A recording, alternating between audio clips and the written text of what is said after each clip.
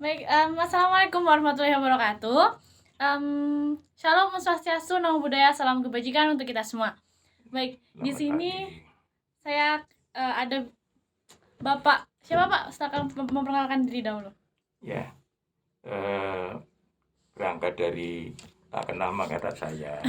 Memang perlu kita berkenalan. Ya, nama saya oleh orang tua diberi nama Mujono Sudiono. Sudiono itu nama bapak saya. Jadi saudara-saudara saya di belakang itu mesti ada nama Sudiono. Saya baru lahir 3/4 abad yang lalu. Usia saya sudah menginjak 75, berjalan 75. Saya lahir di Blitar, jadi bukan Arema. Lalu tugas saya dulu sebagai guru, terakhir sebagai kepala SMA Negeri 4 Malang tahun 2002 sampai 2007 karena usia masuk purna tugas. Dilihat dari backgroundnya Bapak sendiri ini sepertinya sangat-sangat aktif gitu Pak ya dalam bidang kepramukaan sendiri gitu. Kalau aktif itu ya mungkin karena saya senang. Karena mulai kecil saya sudah mengikuti kepanduan. Jadi mulai SD kelas 5 itu saya sudah aktif mengikuti KBI, Kepanduan Bangsa Indonesia. Terus menerus sampai tahun 61 semua dilebur jadi satu menjadi Gerakan Pramuka. Dinas saya setiap pindah saya itu pindah-pindah ya. Mulai dari SMP Pagas, terus jadi kepala di SMP Negeri 1 Bantur dan Bantur 2, masuk ke Malang SMP 17, SMP 14, 16, SMP 4, terus terakhir SMA 4.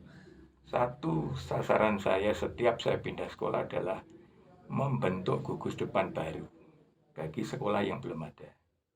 Itulah sebabnya mungkin Gerakan Pramuka menghargai saya mendapatkan ini apa namanya penghargaan Melati. Baik, ini saya juga memegang tulisan dari Pak Mujono sendiri. Kalau boleh tahu apa sih Pak yang mendorong atau yang melatar belakangi Bapak untuk menulis tentang kepramukaan? Dalam rangka sosialisasi dan memasyarakatkan masih banyaknya generasi muda yang acuh tak acuh terhadap gerakan pramuka. Padahal gerakan pramuka itu dibentuk salah satu sasaran utama adalah menyiapkan generasi muda untuk menjadi generasi yang cinta tanah air, patriotisme, memiliki jiwa kebangsaan yang tinggi, memiliki karakter building, ya itu. Padahal kalau saya perhatikan bahwa ketika 100 tahun NKRI nanti itu adalah Indonesia Emas tahun 2045, Indonesia mendapat bonus demografi maksud saya, di mana 70% penduduk berusia 16 sampai 55 tahun, sehingga para pemimpin Indonesia pada saat itu adalah mereka yang saat ini adalah mereka yang kita didik sebagai Siaga, Galang, Wanega, dan Pandega. Ini generasi mas yang akan datang itu seperti saya ini sudah mungkin sudah dipanggil. Nah disitulah kita bisa memberi apa pada generasi muda. Dan sayang sekali generasi muda masih tidak mau, ya banyak yang tidak mau terus terang saja itu masuk pada gerakan pramuka. Jadi kita itu harusnya memang harus disosialisasi pramuka itu. Karena mulai usia siaga 7 sampai 10 tahun itu sudah disiapkan. Dia cinta tanah air dengan kode kehormatan dan ketentuan moral. Nah, kode kehormatannya itu dalam bentuk satya-satya itu. Dwi satya untuk siaga, Trisatya untuk penggalang, juga untuk penegak dan pandega. Hanya bedanya untuk penggalang dan tegak pandega itu dan orang anggota dewasa pada bagian kedua. Kalau penggalang itu dipersiapkan ya, mempersiapkan diri untuk membangun masyarakat. Tapi kalau sudah penegak, penandika seperti Anda, itu tidak mempersiapkan diri lagi, tetapi ikut serta membangun masyarakat. Ya, ini bentuk perannya pramuka di dalam kebangsaan Indonesia. Iya. Pengembangan kebangsaan Indonesia itu di situ. Mana ada ormas yang di dalam motonya satyaku kudarmakan, dharmaku kubaktikan. Oh no. Siapa yang ormas yang berani menyatakan itu tadi? Kami Pramuka Indonesia, manusia Pancasila, orang organisasi lain. GSN saja enggak kok. Iya betul. Iya dong. Nah, makanya saya kira tidak terlalu salah apabila Prof. Bani mengundang saya untuk wawancara di dalam gerakan pramuka ini. Iya. Ya sebatas kemampuan saya dan daya ingat saya yang sudah 75 tahun ini. Begitu. Tapi untuk usia seperti itu dan Bapak masih mengingat-ingat bagaimana proses ataupun kegiatannya dalam kepramukaan itu masih sangat bagus sekali loh Pak. Ya puji Tuhan, itu semua bukan karena saya, ya karena saya selalu ingin dekat dengan Tuhan. Alhamdulillah. Oke. Nah ini kan ada kan Pak ya kata-kata dari Bung Karno sendiri. Kalau bangsa yang besar adalah bangsa yang tidak pernah lupa dengan sejarahnya. Nah, kalau boleh tahu mungkin sedikit cerita tentang bagaimana sih kepramukaan itu bisa terbentuk dan berkembang di Indonesia. Nah, masalah berkembang itu ada dua hal ya. Yang pertama memang panggilan untuk menjadi pramuka. Yang kedua itu masih terpaksa harus dipaksakan lewat dinas.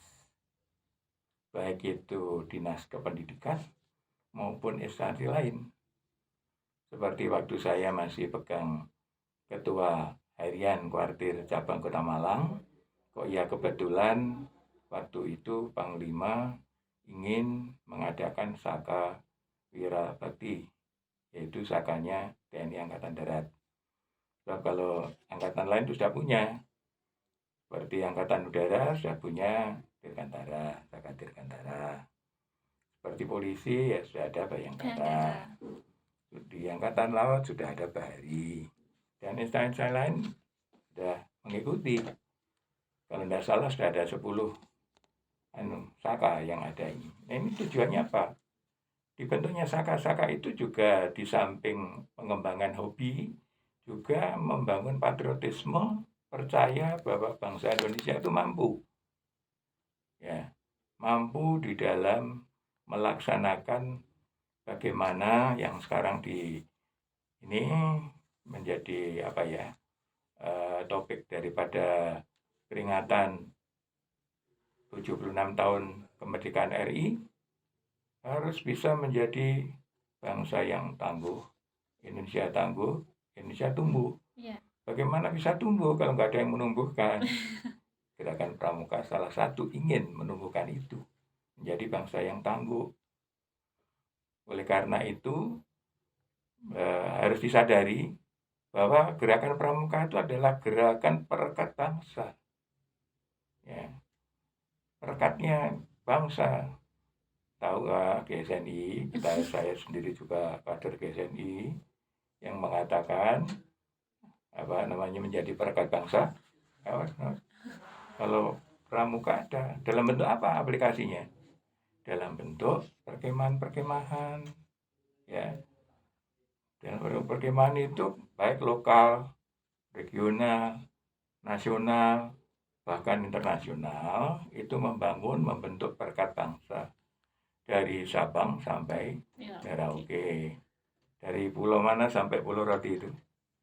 dari Miangas sampai Pulau Nah, Roti. itu ada nyanyiannya kalau di dalam dari segala penjuru kita pramuka bertemu, dari macam-macam suku kita pramuka bersatu.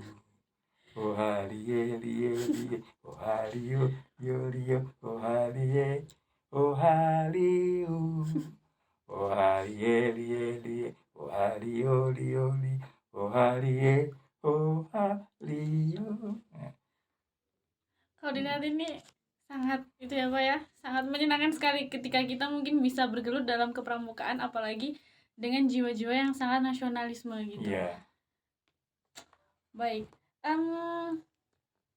ini Pak kan tadi berbicara dengan hari peringatan Dirgahayu Indonesia Iya. yang jatuh pada 17 Agustus kemarin.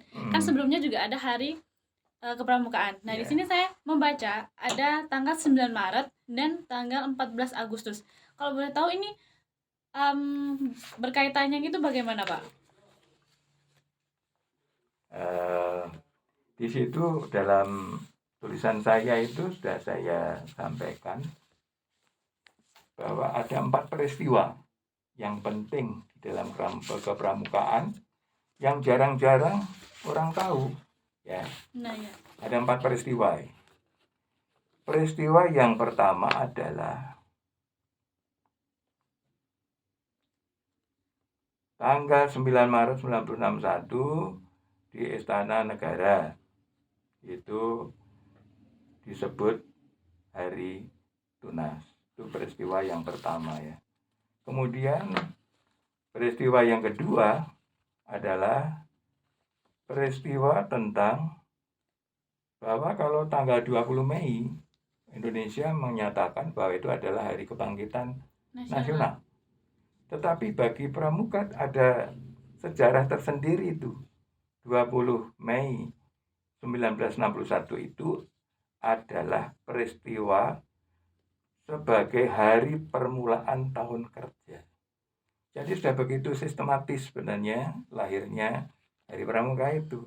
Tidak ujuk-ujuk, tapi lewat ini proses, ya, proses yang cukup panjang. Dimulai dari 9 Maret itu, di mana saya juga sebenarnya ada pidatonya Bung Karno dari 60 gerakan kepanduan Indonesia itu dengan sukarela meleburkan diri menjadi gerakan pramuka. Mengapa sampai pandu-pandu itu sukarela? Karena Bung Karno pada saat itu memandang kontribusi pandu-pandu untuk negara belum bisa dirasakan secara optimal.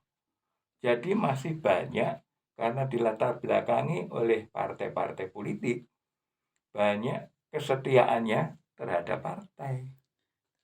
Maka nggak bisa lalu memiliki satu untuk bangsa dan tanah air, itu nggak bisa. Maka dileburlah itu.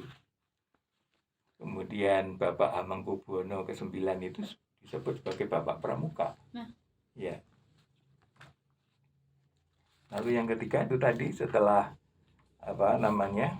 hari permulaan tahun kerja, kemudian dilanjutkan dengan ikrar dari orang-orang dewasa, orang-orang pejabat pada saat itu berikrar. Maka hari ikrar gerakan pramuka itu tanggal 30 Juli 1961. Jadi menjelang diresmikannya sebagai lahirnya gerakan pramuka. Jadi ikrar dulu, nggak sembarangan loh itu. Dan nggak gampang orang pada saat itu memilih ikrar yang sama. Jadi mau dilebur pemimpin-pemimpin daripada pandu-pandu itu menjadi satu organisasi kepanduan Tidak gampang. Apalagi sekarang dengan perkembangan-perkembangan yang sekarang ini. Ya, sudah banyak orang yang ya gugu karpe dewe. Salahnya sendiri begitu Pak ya. Iya, tidak mau apa sih yang sekarang harus diprioritaskan. Saya bukan mengkritik pemimpin-pemimpin yang saat ini mendirikan baleho yang besar-besar di seluruh Indonesia itu. Lah yang saat ini masa pandemi, ya uangnya itu untuk membantu pemerintah beli vaksinasi apa Nah, ya. piye, memberikan kesejahteraan pada tenaga-tenaga kesehatan yang begitu menjadi pahlawan terdepan Pak ya. terdepan, ya itu saya prihatin itu. Ya, kok yo iso nih lo, lah itulah yo miliaran lah Iya, kalau betul. seluruh Indonesia itu. Satu baliho itu berapa? Besar gitu. Baik, jadi peristiwa disebutnya Hari Pramuka ini melewati proses-proses yang begitu panjang Pak ya. Iya. Dikaitkan dengan generasi sekarang yang mungkin banyak yang ingin hasilnya dulu gitu loh Pak. Iya. Nggak memikirkan prosesnya bagaimana, jadi langsung ke hasilnya. Padahal dari dulu pun pahlawan-pahlawan Indonesia juga sudah menerapkan bahwa proses itu sangat penting. Wah iya, luar biasa kita melihat pahlawan-pahlawan yang dulu dibanding pemimpin-pemimpin sekarang. Ya, pemimpin sekarang itu kalau saya pribadi menyatakan masih banyak kepentingan diri dan kelompok, tidak mau mengerti. Ya saya bukan kok fanatik pada Jokowi, bukan. Tapi memang kenyataannya menurut saya Bapak Jokowi ini betul-betul pengabdian, tidak ada pamrih ya untuk diri sendiri. Coba lihat wajahnya yang terakhir itu seperti letih lesu ya. Kalau lihat wajahnya, mohon maaf ya. Iya, kalau tidak sepaham dengan saya, mohon maaf. Iya. Saya hanya menghargai beliau itu resmi masih menjadi Presiden Republik Indonesia yang ke-7 ya, itu bagaimanapun yang dihargai, karena itu dia bukan mencalonkan diri atas kemauannya sendiri, tapi kemauan seluruh rakyat Indonesia. Sekali lagi saya mohon maaf kalau dalam kesempatan ini nggak berkenan ya, saya menghargai beliau sebagai presiden saya. Iya, saya Bapak. harus menghargai presiden yang resmi ya. Iya. Gitu. Oke, untuk itu apa sih Pak harapan Bapak sendiri untuk pemuda di generasi 4.0 sekarang? Baik itu dalam kepramukaan ataupun dalam jiwa-jiwa nasionalis. Sudah didengung-dengungkan kita menuju tahun emas. Iya. Siapa nanti yang berkiprah di dalam tahun emas itu? Generasi-generasi muda sekarang ini. Generasi kita ini sudah off dari ini ya. Nah, makanya harus membekali diri kalau mau bersaing satu dengan yang lain untuk menjadi pemimpin-pemimpin bangsa.